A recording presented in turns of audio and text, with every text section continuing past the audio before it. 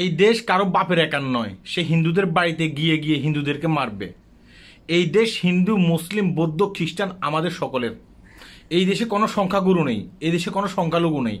আমরা সবাই মানুষ, আমরা সবাই বাংলাদেশি, এটা আমাদেরকে হিসাব করতে হবে।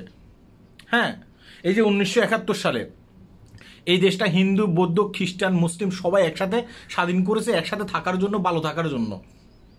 কিন্তু আজকে 16 বছর ফ্যাসিস্ট হাসিনা ক্ষমতায় থাকার পরে আজকে যখন সেই বিদায় হয়ে চলে গেছে ভারতে, তার মেন ঠিকানায় আজকে তার কিছু দোসর আছে, সারা বাংলাদেশে অরাজকতা সৃষ্টি করতেছে।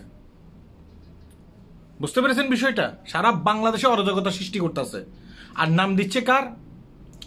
বিএনপি সহ অন্যান্য যেসব দলগুলো আছে এসব দলগুলার।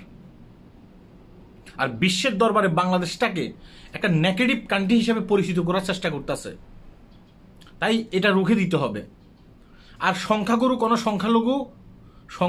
সংখ্যালঘু এটা হিসাব করা যাবে না। আমরা সবাই ভাই, এটা মনে রাখতে হবে। এই দেশটাকে আবার নতুন করে সাজাতে হবে। কারণ আমরা তো আমাদের জীবন তো এমনি এমনি চলে গেছে গা। আমাদের আগামী প্রজন্ম যেন শান্তিমতো বসবাস করতে পারে, নিঃশ্বাস ফালাতে পারে, তারা যেন গর্বিত হতে পারে বা গর্ব করতে পারে যে আমাদের পূর্বপুরুষ আমাদের জন্য সুন্দর একটা দেশ রেখে গেছে।